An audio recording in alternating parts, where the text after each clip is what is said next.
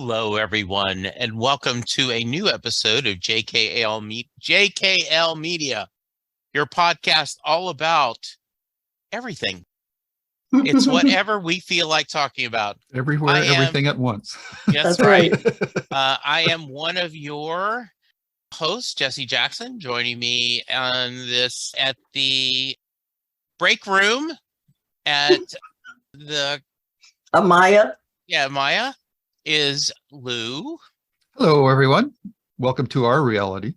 Yes, and the podcast mom, Karen. Hi, everyone. So we are in the middle of our discussion of devs. So this is our second. We'll be covering episode 1.3 and 1.4, and we're going to let Karen take it away. Okay, hi, everyone. We're talking about episodes 3 and 4 of devs. We're really starting to get into an interesting story here, so I hope you guys have enjoyed these 2 episodes as well, and you're not chomping at the bit to watch the 5th one. I am. Okay, good. I guess that's good. I am too. Okay, good. Yeah, because of that last scene in the 4th episode, I'm assuming. Yeah. Plus, it's been 2 weeks, so. I know. I'm sorry. Oh, it's okay. So, first of all, before we get into it, I want to talk about the list of the backwards projections that were in the cold open of episode 3. It's hard to make out some of these, so I wanted to count them down. We get pre-human cave writing, partially built pyramids, the crucifixion of Jesus, Roman army marching, and that was the subject of some debate on Reddit until someone identified the weapons they were holding as Roman. So it's a Roman army marching, Joan of Arc, Abraham Lincoln giving the Gettysburg Address. And then we see, getting into the show part, we see Forrest's daughter, Amaya, Sergei being suffocated, and then Lily posting the note to her window, which segues into our very adult scene of Rule 34. If something exists, then someone has done porn of it. So the devs are watching Marilyn Monroe having sex with Arthur Miller. And thankfully it's blurry, or, I wouldn't have recommended the show to you guys to watch. But I did think the scene was pretty funny and not out of character for someone in that position. I mean, that's a horn dog thing to do, and developers are kind of horn dogs. So yeah, stereotype. Sorry. So what I wanted to talk about is when we discussed this last time, we talked about how, and I did not mention, we talked about trying to watch HBO back when it was the old cable. Yeah, it was scrambled. I thought, or you found the adult channel, the Playboy channel, yeah, and you tried to watch a little bit that when you were 17 or 18, and so that's exactly what they were doing. Yep. And I'm embarrassed to admit that I go, oh, that's kind of intriguing. Yeah. You don't, you realize in theory, CNN had just done as we're recording this a month or so ago, a great Marilyn Monroe documentary covering all her life. And so you knew that she had ended up being married to Arthur Miller, and you go, I had not gone to that. That means this intellectual got to have sex with what many would consider the sexiest woman in the world. And so I agree it's inappropriate, but I don't know if I would have marched out of the room if someone else had dialed that in, right? I'd be like, I'm a girl, as you guys know. And I wouldn't have left the room either. I would have been fascinated by it. It is somewhat newsworthy, but I do feel like it was an invasion of privacy. Even though they're both dead, long dead now, it's still, you shouldn't be seeing stuff like that. But, it's horn dogs. That's all I can say. Now, Karen, they make a point of, she says, don't break the rules. And they look and go, she's one to speak. Mm-hmm. Have we seen how Katie has broken the rules too much yet? We have? Yes. Okay. Well, we know that she's looked into the future, and that's just implied in these episodes, and especially in episode 4, where she and Forrest have the conversation about looking into the future. And this episode 3, I thought was good, but it set up stuff for episode 4, which was a much better episode, in my opinion. Lou told me something last week. Jesse was off last week, so Lou and I recorded an episode of the Stephen King podcast, and we were talking just surface stuff about the episodes and how Lily was overacting and he didn't like how she was acting. And then he realized she was doing it on purpose to fool Kenton. And then he was like, oh, okay, I get it. So yeah, I thought her acting was pretty good, and where I could understand where it would fool Kenton and how he took her to the psychiatrist in the next episode. But I think the most notable thing about this episode is the fact that Lily and Jamie rewatched the video of Sergei committing suicide. So what did you guys think of that development and seeing the actual footage rolled back? Well, as Karen just alluded to, we did talk about this on the surface level. So the opening scenes with I didn't catch all those references that you gave us. So it's hard to catch. Yeah. But it was strangely like there's that push-pull thing, like you're totally engrossed by what you're seeing, but at the same time you're a little bit repelled because it's very, very voyeuristic. So especially the Marilyn Monroe sequence, once now they've got the resolution figured out. I don't know if they're going to go back to that scene or not. Right. But anyhow, so that was all that was a great cold open, showing us those glimpses, and like especially seeing like Jesus on the cross. That was very powerful stuff.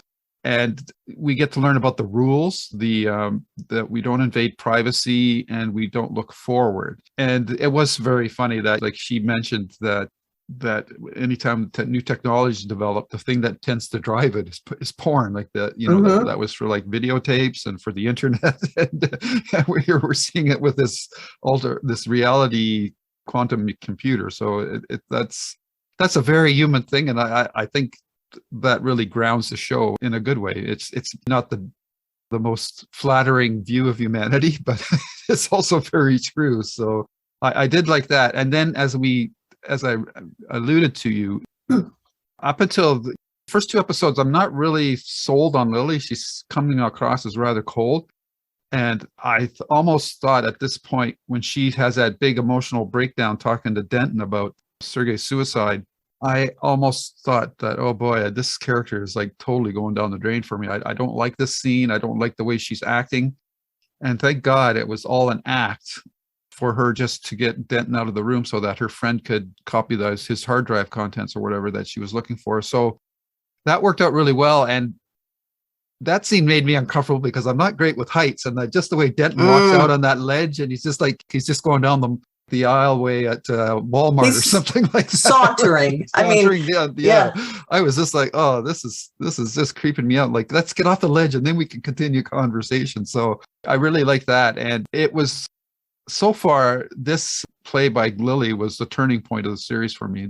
Now I'm bought into this character. She's got some spine and she's got feelings. And so that really opened up the show for me, because up till now it's been mostly an intellectual exercise for me, but her ploy really bought me into her character, and I really liked how that played out. Awesome.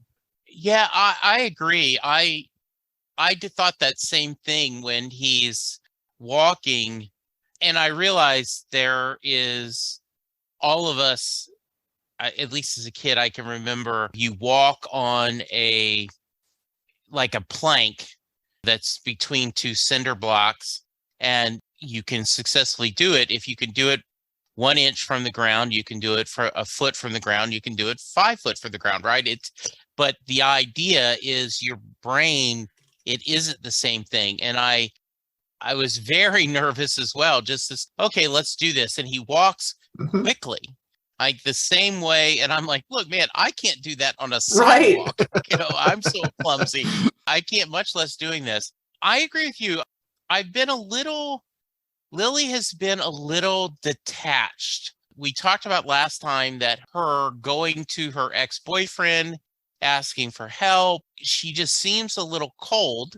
And I assume that is because she's in shock still to this thing, processing the loss of her boyfriend. Because you think about it, right? She not only did she lost her boyfriend, then she find out that he committed suicide. Then she finds out he's a Russian business spy. And now then we determined that he may not have even committed suicide. There's a cover-up. So she does have a lot of emotional things pushing to her. So I'm not going to criticize Sonia. Is that how you'd say her name? I don't know how you pronounce her last name. Yeah, okay. But yeah, the actress who's playing it, I think there is enough in there that she's covering that a lot of baggage. I agree with you. I really didn't know what they were planning to do. And when she was going crazy and quote unquote, and throwing this emotional thought and everything was, oh, hey, what's going on? And then when you saw the whole typical scene of, oh, let's put a flash drive and download, which I always laugh because, okay, if you put a flash drive in the computer, like, what do you know how to download? And by the way, if you're just going to do the whole hard drive, one, you don't have a big enough flash drive, and two, it takes way longer than you want. To ask anyone who's doing a backup. But handwave, even just that video would have taken much longer than she had in there. And how would she know where the video is? But handwave. Yeah. But I did love their scenes in the car where they're all happy they got away with it. And then skipping ahead to the next episode, but she's put herself in a box, right? She's lied that she's had this. Then the psychiatrist, which by the way, I never would trust a company psychiatrist. And this whole, I need to get an invoice. So I would have had a healthy dose of skepticism. And so she's set herself in a trap. Yeah. Yeah. I really found the part where she and Jamie are watching the video interesting because Jamie sees it from an outsider's perspective. And when he found the flames, and it's because Lily paused it that she couldn't watch it anymore. She paused it. That's why he noticed that the flames were being copied and pasted on, which is a rookie mistake, by the way. Right. Yeah. But yeah, that he sees that the flames are generated. And I thought it was pretty cool that it's just through that coincidence that Lily has to pause it, that he notices that the flames are copy pasted on and I'm only saying copy pasted because that's kind of what it is. Yeah. But they're generated flames. And then seeing the actual, and it's not them watching it, it's us seeing what happened that night. On the other video of Kenton walking backwards with his team and whatever, actually dumping his body out, pouring the gasoline on and setting him on fire. And that's only to present his body to Lily. It has nothing to do with the video. None of that was on video.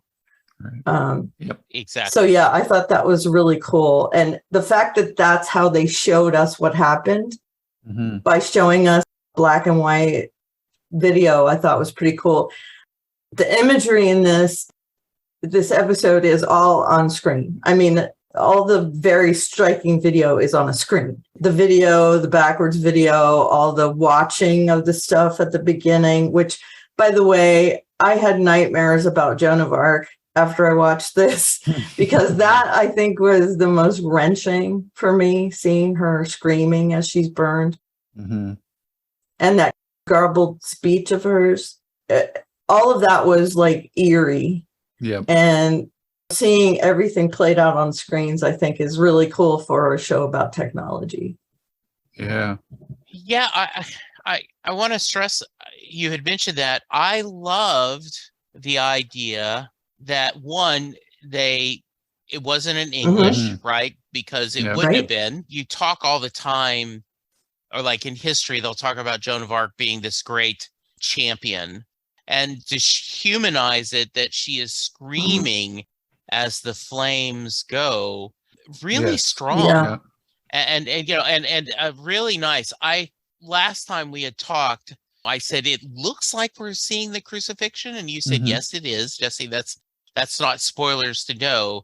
And then to come right away with that Mhm. again was just really Yep. well done. And the fact that in the Yeah. last episode that we talked about, they had gone back 2,000 years and thought that was the apex. And now we see they've gone back to like caveman times. Mhm. Yeah, It's showing you how things are progressing fast in the Yeah. lab. Yeah. yeah. And I just want to touch a little bit more on like the Lily character. I don't know if it was intentional or just was a fortunate happenstance that they set her up as this cold character for the first 2 episodes, and then had this like reveal moment for her, Mhm. more of her inner character in this episode. But it certainly really played off well. I really like. I can't emphasize how important that was to me for that character to have that moment. The other tension that was there that I really liked is, and I don't know if this senator is coming back in this series or not, and maybe that was just a setup. But I love the tension between Denton and the other security guy. They apparently know each other, and he's the senator security guy is jealous of Kenton because Yeah. he thinks he's like, do you ever miss it and all this? And after that incident on the ledge, he's like, you're so lucky and that. And but the tension was there, like, Yeah. because this senator is showing up, is Forrest going to be forced to do something to her? And will this Kenton guy have to actually dispose of this other security guy? So there was all this extra little tension that was going on there that still might happen further in the series. I don't know if the senator comes back or not. Right. Yeah. Let's talk about the senator showing up. She is emphasizing that Forrest is having breakthroughs that no one else is having, Yeah, it really was. and holding them close to his vest. The fact that he is cagey. Are you predicting the weather? Sure. I mean, that's not a lie. He could predict the weather if he wanted to. And I love that he just says it's a prediction algorithm. Yeah. That is so indicative of things that happen in the tech industry. And not just in the tech industry, but like background, I worked for MCI for a long time. MCI is the telephone company, for those of you who don't know, back in the day. And I actually helped create the presentation slides for 1-800-COLLECT. And I had to sign 2 NDAs Oh, okay. in order to help create that, because it was going to be their big thing. And they didn't want anyone else knowing about it or anything. So not just the tech industry, but there's a lot of industries that make sure that nothing gets out. He is 10 levels above that when it comes to, I mean, that whole devs area out there in the forest. But it's extreme what he's doing. And I understand why the senator comes, because the government's probably pressuring her because of her connection to Forrest to, hey, let's get some of this technology. Let's let our agencies have it. We really need to have it. And I like that he downplays it, and let's not give it to the government. I'm all for that, not giving it to the government. I don't think they should have this technology at all. Yeah. So let's talk about his dynamic with the senator, and also the dynamic with Kenton and this other guy. I thought it was cool that there were counterparts to each. Like there was like a secretary, quote unquote, and then this bodyguard. And the fact that when the bodyguard gets off of the helicopter, they're like, hey, everyone's talking to each other. And I didn't think that Kenton knew this guy ahead of time. I think that it was just like a brotherhood bond thing of bodyguards. And I feel like Kenton thought he was way better than this guy through the whole thing. That, you know, whatever, I don't care what you're saying, sure, whatever. And the fact that they both have a military background, I think also gave them something in common. Kenton didn't think they had anything in common, but the other guy does definitely. So what do you think about those scenes? I think that they actually known each other somehow or another, either because the senator visits routinely. And so I get the feeling of, hey, let's go grab a cup of coffee while our bosses talk. Mhm. And so over the years, maybe they ran into each other when they both were in the military, whatever. So the way he says, do you miss it? That's when I thought maybe that is the reason why. That is my thought on it. The idea of do you miss it and everything going, most people always, the other side, the grass is always greener, right?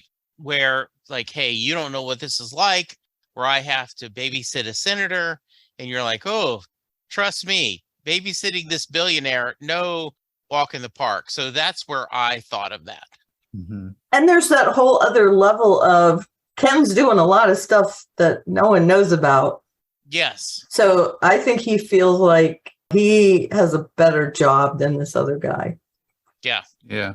Yeah. I did pick up on the fact that you said, Karen, like I thought the senator's bodyguard thought he was better than Kenton, because he's all snazzy, dressed up in a suit, and he's trim, and Denton's the rumpled custodial. Mm-hmm. But I found it funny that the guy says, don't you miss it? And Kenton said no. Yeah, exactly. I really like that. As to the senator, I struggled with those scenes because I understand that government is not always diligent in how their money is spent, and they don't properly account for everything. But given the amount of money that he must be spending, the fact that she has really no clue as to what he's accomplished struck me as extremely odd. So I found that a little suspicious, or maybe story convenient. I don't know, but I mean, he can only deflect for so long. When she could just say, I want to see your facility. I want to see this thing. I can't believe that there's that in the dark about what he's gotten up to so far. Well, he has every right to say no, though.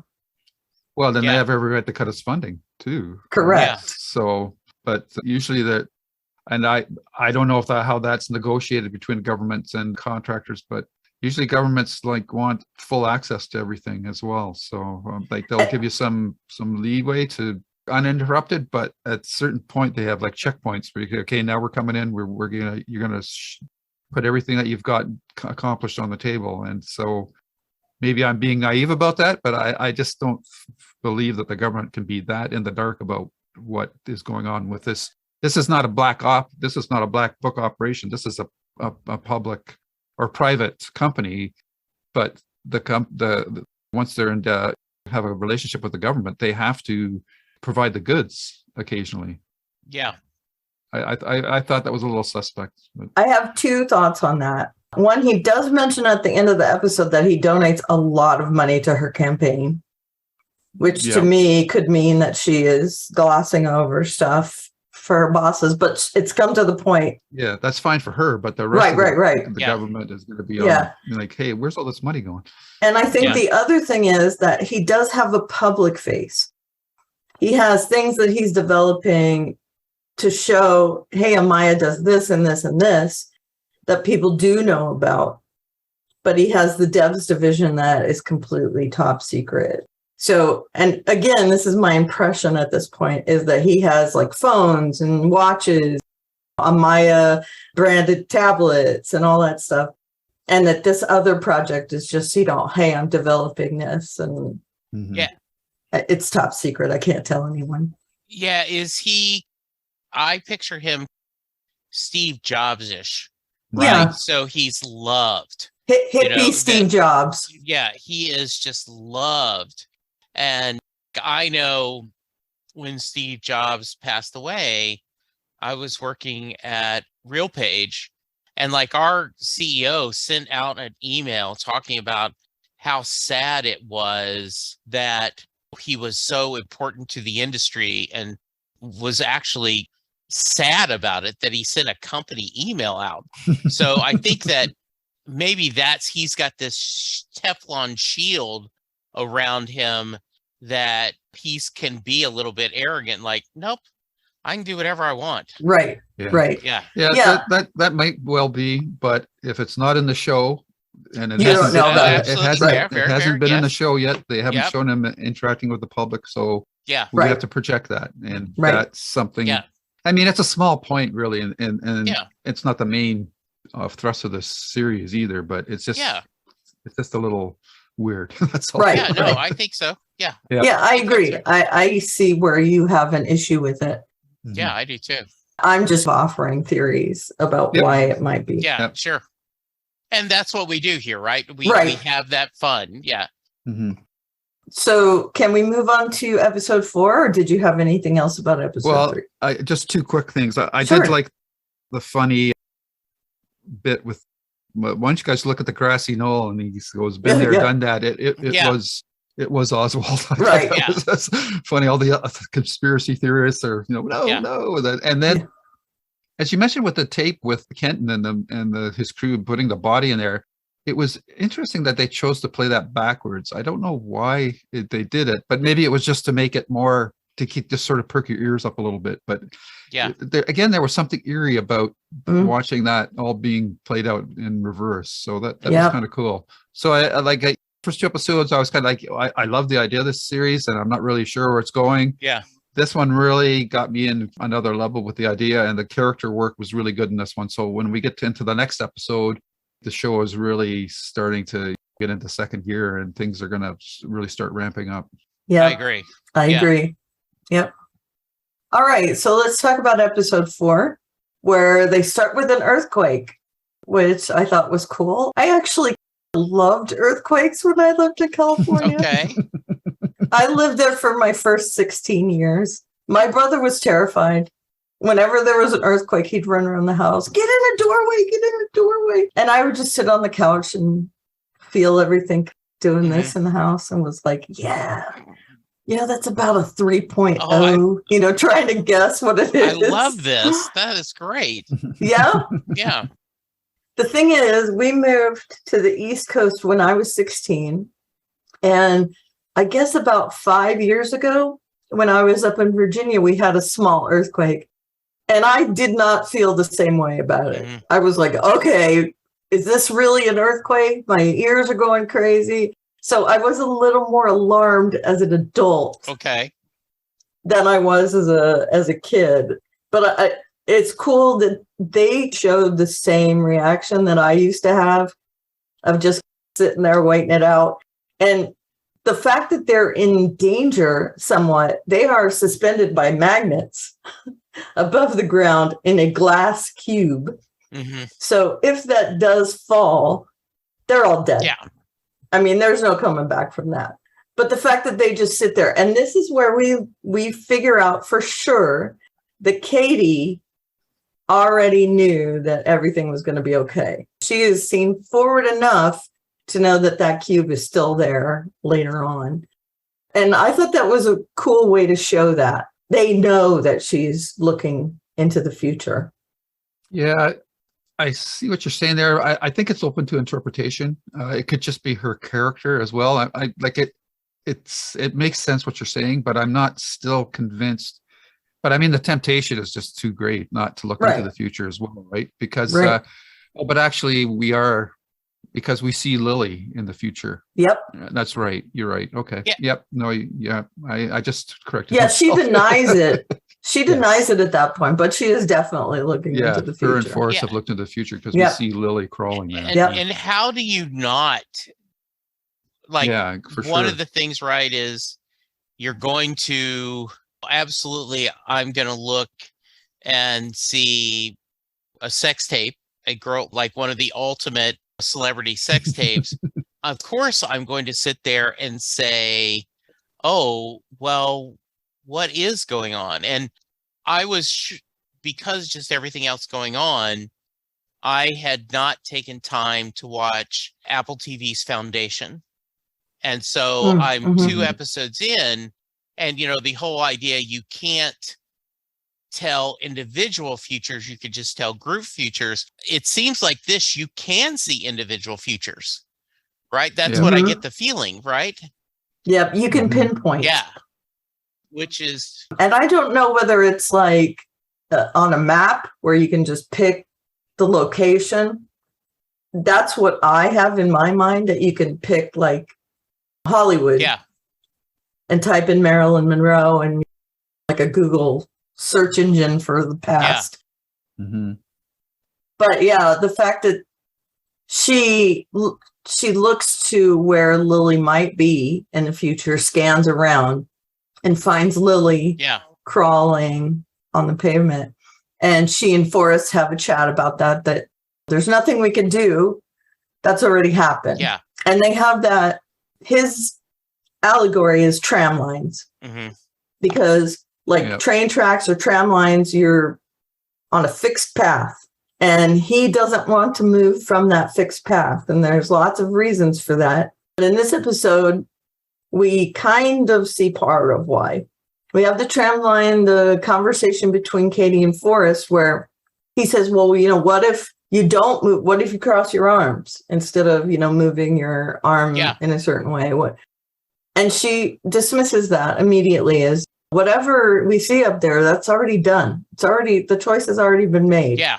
So at that point, I think the viewer decides in their mind whether they side with Forrest or Katie, or whether they're not sure. Mm-hmm. So what do you guys think about the tram lines theory?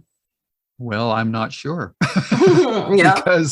because something happens later on in the episode, I guess we'll talk about. But this whole, because they haven't laid out the ground rules for us yet, you can look at it several different ways, and my mind is still open as to whether it's locked or fluid. So that's where I'm sitting at right now. Yeah, even though at the very first episode where he tells Sergio, this is, for what it's worth, nothing, this was inedible. This was going to happen. Mm-hmm. There's nothing else you could do. Just accept your fate.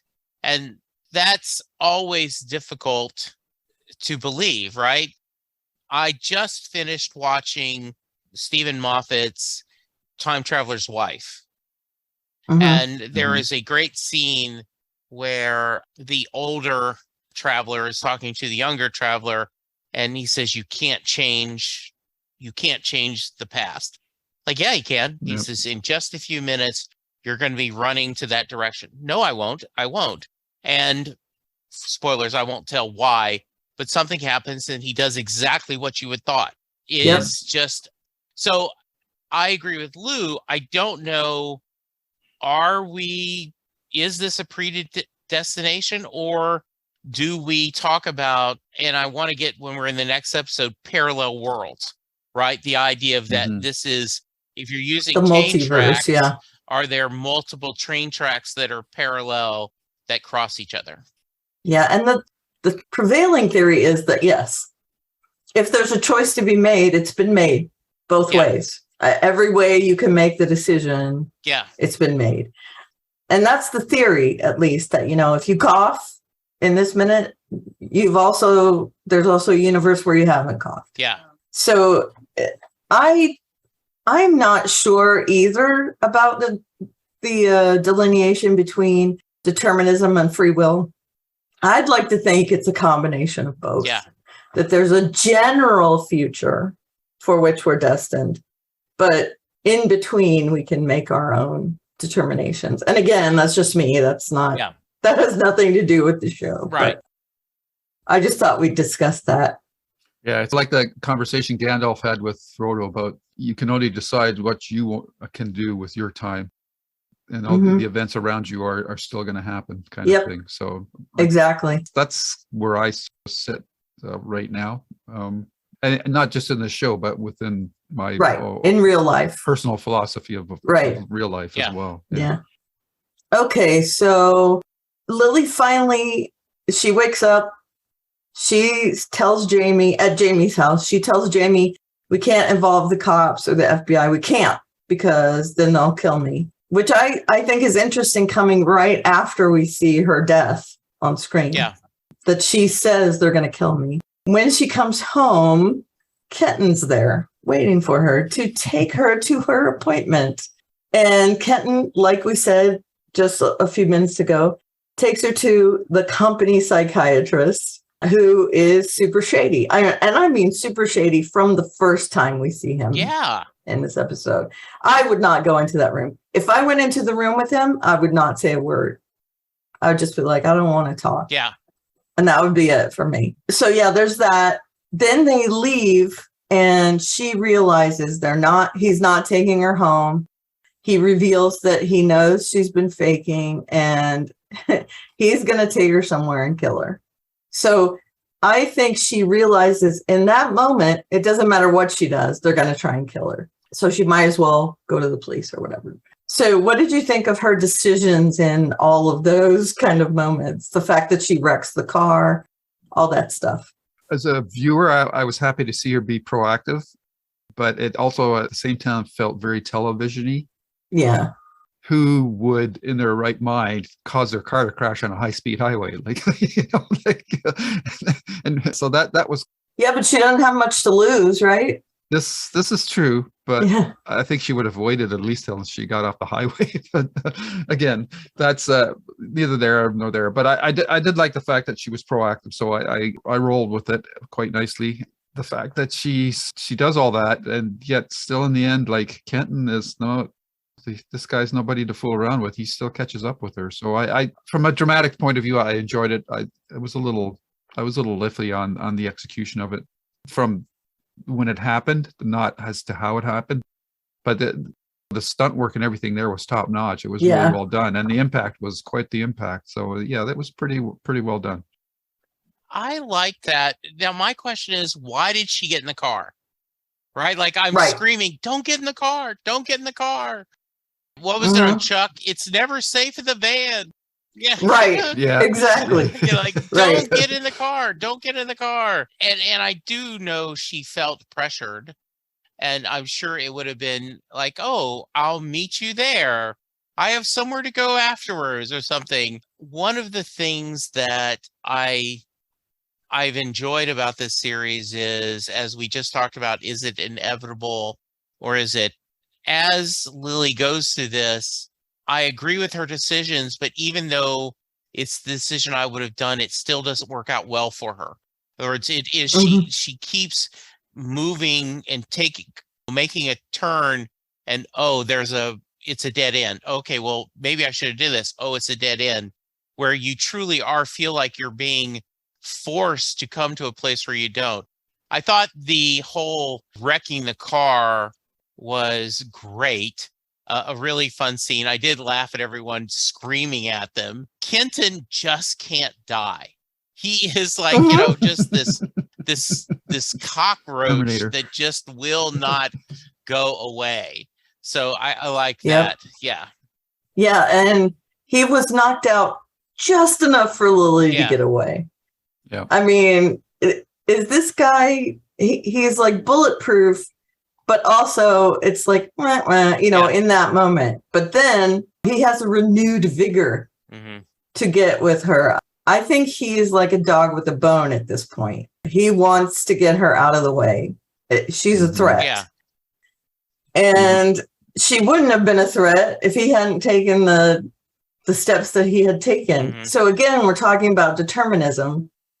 Kenton did all these things, which led up to Lily having it out for him and Kenton having it out for her.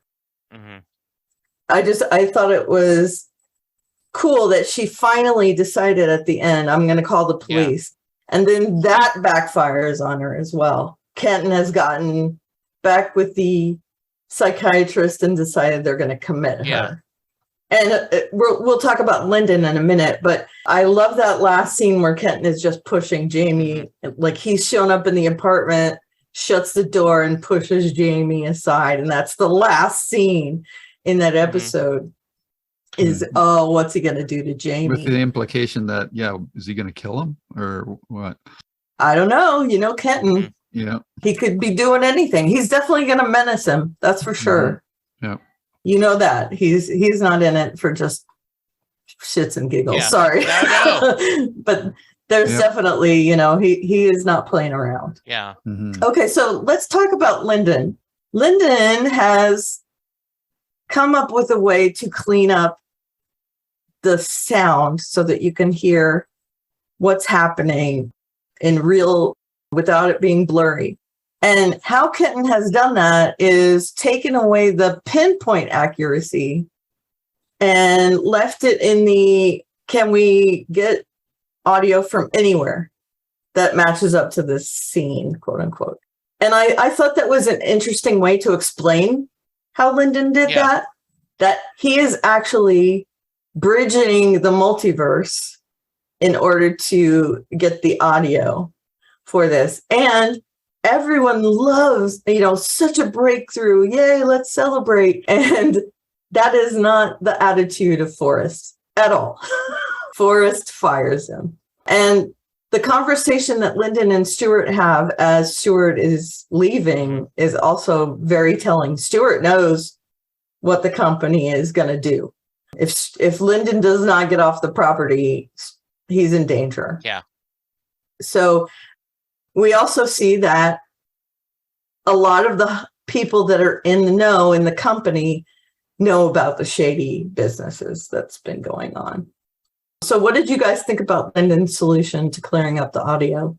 Well, I didn't understand it the way that you just explained it, but the way you explained it answers my question, because I didn't understand that he had done anything of that nature. I thought he had just applied a different filtering algorithm to clear up the static from what they were seeing, not opening it up to the multiverse. So I didn't. He's picked up sound from wherever he can get it and cleared it up. Right.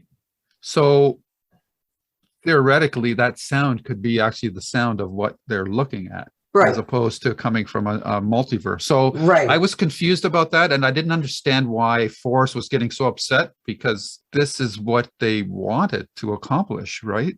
Kind of. It's now he can get a clear image. And then you start running into Occam's razor, like a difference which is no difference is no difference. So if you can't tell one version from another, and how do you even know that the version that you were looking at to begin with was the right version? So like there's all this, like his reactions really caught me off guard. I'm sure the show's planned it that way, because I thought he'd be overjoyed that they now have now they can get these crystal clear images. And then you just want him to run back all those scenes from the beginning of the episode again. Right. And I don't know what we're going to get to see with this cleared up technology. And from the character side, it was, as I mentioned in a previous episode, it was funny to see that how the boy and the older Dev, they seem to be at odds, but then you quickly realize in these next couple episodes that they're actually really quite close. And the older guy's trying to look out for Lyndon and protect him, and telling him, you have to go or you're going to meet the same fate as Sergei. So the whole, this was the crux of this episode. And going forward, I'm really curious to see how they're going to use this technology, or is he going to totally drop this new algorithm? I can't believe that Forrest will. Lyndon shows the cleaned up video of his daughter to him. And no, that's Katie shows. Katie does. Sorry. No, Katie that's right. Katie shows a cleaned up video of his daughter to him, and he's totally emotionally stunned, devastated with her. So like, what is that going to do to his mindset, which has been questionable already up to this point in the series? So I'm really curious how this is going to play out now, because again, I still don't know whether or not they can not only alter the future, but can they somehow alter the past? And that's where I'm sitting right now. Right. So first off, I agree with you, Lou. The way you explain that, Karen, makes so much more sense, because I was going to ask, why is he so angry? What did they do so wrong that they fired him? It didn't make any sense to me. This should be a good thing. And then when he calls it a parlor trick, it's just like, well, what? That makes no sense. I don't know Forrest's end game. I'm not sure what he wants. Does he want to travel to the past so he can spend just one more day with his daughter? Does he want, because he didn't make enough videos of her, he wants to spend more time with her, to watch her? This seems, forget the fact that he killed someone. This is a very unhealthy obsession. This driving this Do you think? billions of dollars in research for what end game, right? And Right. this seems to be all about his daughter. This is nothing. Everything is about anything else is just, as they say in Louisiana, lagniappe. Just whatever we get, Mhm. the idea. And that means something extra, Exactly. right? And yeah, Yeah. and when you watch For All Mankind, the series from Apple TV, the idea that the space race never ended because Russia got to the moon first, they show that technology grew. And so NASA ends up being a huge revenue system. It helps fund the government because it has so many patents and technology. Like we get electric cars so much quicker because of they had to do long-term batteries to be in this space. So the technology they're getting on this is certainly funding this research and making him a billionaire, but I don't know what he wants. I was shocked when okay, this is a parlor trick, you're fired. Not, Mhm. oh, you tried something different. Because if you remember the very first episode, do what you do. Do whatever creatively you could do. Go out there. And so instead of saying, yeah, this is a fun parlor trick, but we need to focus on this specific, because reality, this may not be, this is just a version of, and I want the reality. I want this to be a specific time. But no, you're fired. Here's your $10 million. Go. Now, as I talk about this, I am 63 years old, tired of working. So someone gave me $10 million and says, go away. I'm like, see ya. See ya. Yep. I'm I have out. Bruce Springsteen tickets to buy. I'm You out. know, Yeah, exactly. I have all these TV shows and books that are on my to-do list that I'm going to go. But there's also a reason why I'm not in a position where someone wants to pay me $10 million, because I'm not that Right. I'm not that driven. I'm not that talented. I'm not that focused. And so this is a bad situation for him. No, I'm not doing this for the money. I'm doing this for this rush, this discovery. So I thought that was a really great twist. And as I said, I did not understand what was going on until the way you described it just there. So they should have given you let me fix up the script. Right. It's only visible to me because I've seen it more than once. Okay. It's not from future episodes, so I'm not spoiling anything. It's just for because you now know what's going on. Right. Okay. He wants them to use this particular algorithm in order to clear things up. And Lyndon, went outside the parameters of that. And that's why he says, how do we know that's not our Jesus? Yeah. That's any Jesus, because you haven't used our algorithm. Mm-hmm. And I like how he said that. And in my head, I'm thinking, in the immortal words of one of our greatest philosophers, ski gas, echoed him. And of course, that would be Cartman from South Park. So yeah, I found that interesting as well, that he fired Lyndon. I was shocked when I first saw it. But again, as I'm watching it again, and from what they say, and Lyndon saying, I just stripped out our algorithm and I finally got it cleared up. And Forrest is like, well, that's not what I asked. I asked for you to use our algorithm and clear it up. And because you went outside the parameters, you're breaking the rules, out you go. And I also like that Stewart is his friend in this moment, that, hey, I know how it feels to want to work on this, but you can't play around. You got to get out of here. Yeah. The other point, like Jesse said, like, we don't know Forrest's endgame, but we don't know Katie's endgame either. And she's breaking the rules all the time. Like, she clears up that image of of his daughter. Right. So I'm still thinking that and we don't, like, where's the mother? Where's his wife, Forrest's wife, in this as well? Like, she's not even being mentioned. So is she still alive or what? And I'm stuck on this from the first episode, but I still think that the end game here is to alternate reality so that this Maya never dies. But I don't know if that changing the future is one thing, changing the past is another.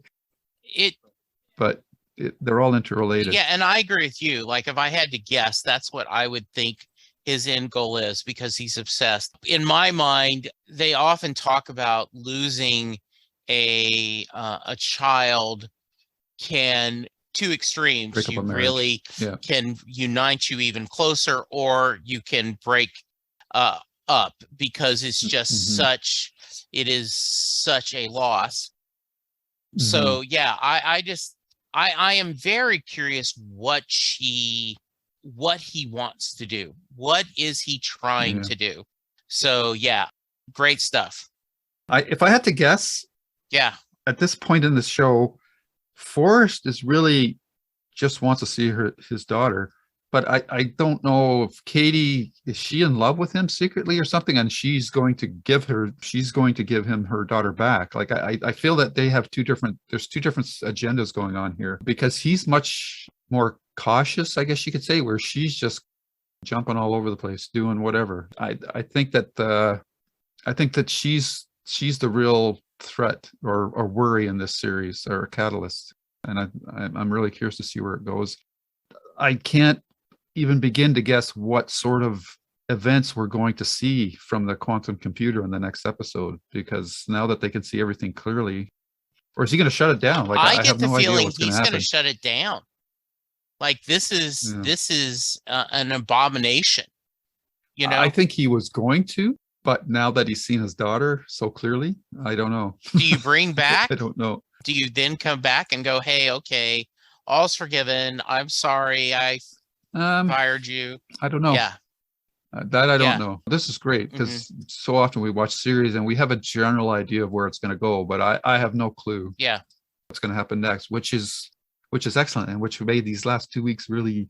And I understand what you guys felt about with Midnight Mass when we had to take the occasional break. Absolutely. Well. Yeah, it's really good. Yeah, I'm looking forward to watching the next two.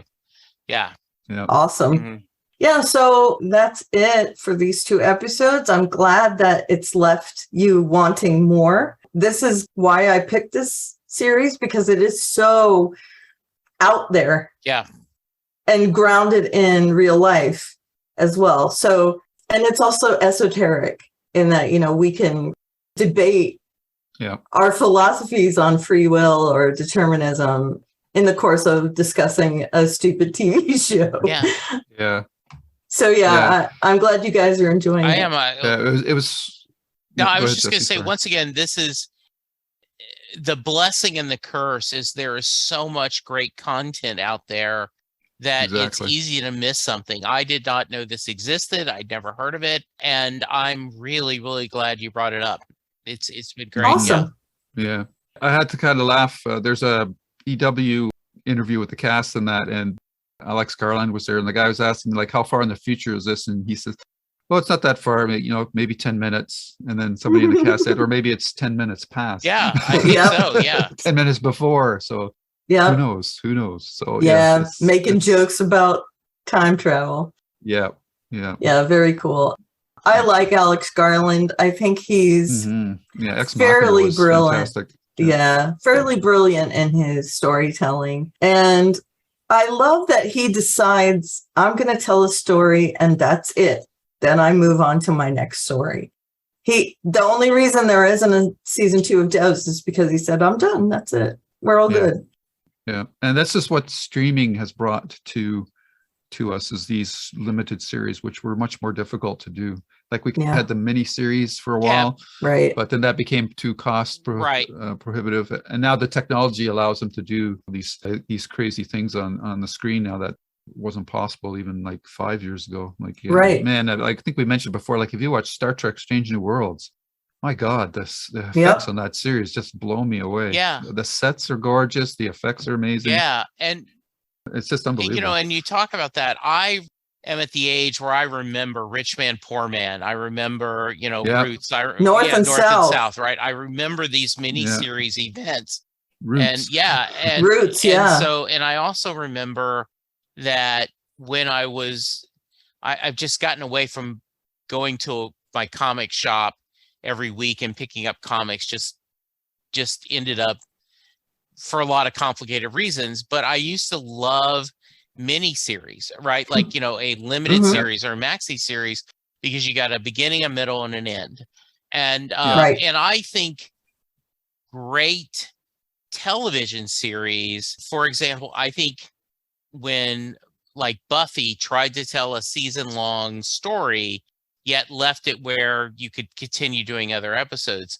I agree with you. There is a beauty to, I know there's not going to be a season 2. There is a discussion. I've written this book. If I decide to play with the characters a different way down the road, but if not, I gave you your story. And so that there's a lot of beauty to that. Yeah, I dig that. Yeah, I agree. Also, we missed Centennial, which was amazing. Oh, yes, I love that. Yeah. All those, now you've put me in the mind of, hey, I got to go track down some of those old shows, but they won't hold up. I know they won't hold up. Yeah. But yeah, I love that we're getting all these new shows. And we have a backdrop right now, Lou and I, of devs with the girl in the forest, with Amaya in the forest. That's all computer generated. So anytime you see even a part of her, it's computer generated. Yeah. The story is that they found a girl and they filmed her from all different angles and her doing all kinds of things, blowing bubbles and all that stuff.